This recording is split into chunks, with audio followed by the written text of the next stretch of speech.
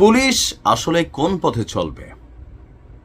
Police যখন অ্যাকশনে যায় তখন পুলিশকে ট্যাগ দেওয়া হয়।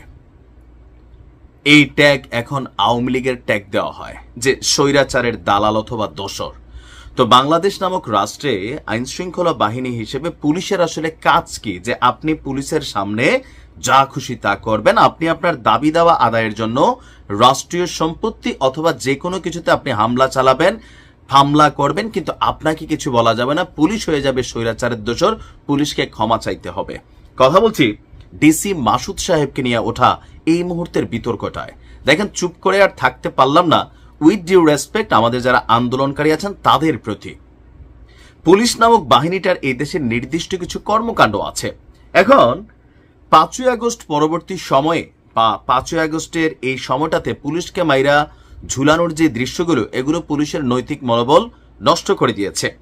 এরপরে আস্তে আস্তে পুলিশ যখন সংগঠিত হচ্ছে বা লিগেল ওয়েতে যখন তারা অ্যাকশনে যাচ্ছে, তখনই পুলিশকে হেয় করার জন্য অথবা পুলিশকে ঝুঁকানোর জন্য নানান ধরনের অ্যাক্টিভিটিস করা হয়। আমরা দেখছিলাম একটা ছাত্রের মুখ চাইপা ধরার সেই ফুটেজটা, যেটা নিয়ে এই মুহূর্তে বিতর্ক চলছে। তো এই ছবিটা আমাদের ডিএমপি প্রথমে চাপের মুখে পড়ে এআই কর্তৃক জেনারেটেড বললেও ছবিটা কিন্তু রিয়েল।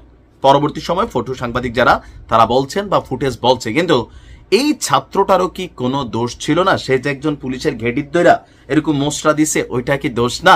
এখন আপনি যখন জাতি ভাই হিসাবে একজন পুলিশের উপর ঝাঁপাই পড়বেন, বাকি পুলিশরা আপনাকে ছাইরা দিবে, এত ভদ্র পুলিশ তো এই দেশে নাই। আবার পুলিশ যদি এত ভদ্র হয়, পুলিশকে মাইরা মাইরা ঝুলাই দেওয়াও এই দেশে অসম্ভব কিছু হবে না। এখন আমাদের ডিসি মাসুদ সাহেব যে কথাটা বললেন, যদি আমি আইন ফলাইতে যাই তাহলে তো ভাই দেশে থাকা যাবে না। এখন পুলিশের এত বড় একজন ঊর্ধ্বতন কর্মকর্তার যদি মেন্টালিটি এরকম হয় যে এখানে গতকালকে যা হয়েছে বা মাঝে মাঝে বাংলাদেশের আন্দোলনগুলোর প্রেক্ষাপটে সরকার সমর্থিত অথবা সরকারের গ্রিন সিগন্যাল আশীর্বাদ পুষ্ট তারা যারা যখন আন্দোলনে যায়, তখন আমরা পুলিশের যখন বিতর্কিত ভিন্ন ভূমিকা দেখি, তখন আবার এই প্রকৌশলী শিক্ষার্থীদের উপর মুখ চাপার ভিডিওতেও মানুষের মধ্যে প্রশ্ন জাগে, এখন আমরা পুলিশ আসলে করবে কি? পুলিশের যেই ভূমিকাটা এখানে পুলিশ পালন করতে গেলেও ঝামেলা, না করতে গেলেও ঝামেলা। একটা রাষ্ট্রের স্থিতিশীলতার জন্য আইন শৃঙ্খলা বাহিনী পুলিশের ভূমিকা অপরিহার্য। এখন যদি আইন ফলাইতে যায় তাহলে কি হবে? ডিসি মাসুদ সাহেব বলছিলেন বাংলাদেশ ছেড়ে চলে যেতে হবে। রাইট নাও এটাই হবে, কারণ আপনি যেই দলের বিরুদ্ধে, যেই গোষ্ঠীর বিরুদ্ধে আপনি অবস্থান নেবেন, ওই গোষ্ঠী যদি সরকারের আশীর্বাদ পুষ্ট হয় অথবা মব সৃষ্টিকারী গোষ্ঠী হয়, এদেরকে ছাড়াইতে কখনো সমন্বয়করা, কখনো বিএনপির নেতারা, কখনো জামাতের নেতারা অথবা কখনো উপদেষ্টারা ফোন করবেন, তাহলে পুলিশ নির্বিঘ্নে কিভাবে ডিউটি করবে?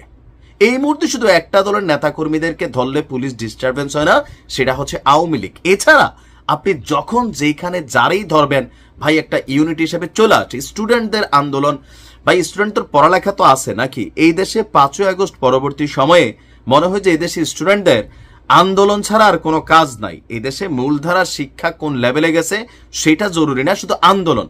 মানুষ রাজপথে কতটা বিরক্ত সেইটা মানুষের বোঝার, মানে আমাদের ছাত্রদের যৌক্তিক অযৌক্তিক আন্দোলন, এগুলোর ব্যাপারে ডক্টর মোহাম্মদ ইউনূসের ভূমিকা কি বা তার প্রশাসনের ভূমিকা কি?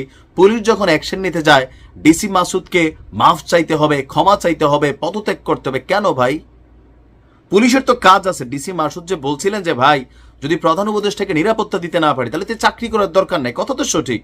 আপনারা আন্দোলন করবেন, নির্দিষ্ট একটা জায়গায় আন্দোলন করেন, কিন্তু যে ছাত্রদের ভাষা 5ই আগস্ট থেকে আমরা শিখছি ভাই, জুলাই আগস্ট থেকে রাজপথে নাইমা মাইট টাইম না খাইলে আন্দোলন কিন্তু সফলতার মুখ দেখে না। এইটাও তো আমাদের দেশের টেন্ডেন্সি।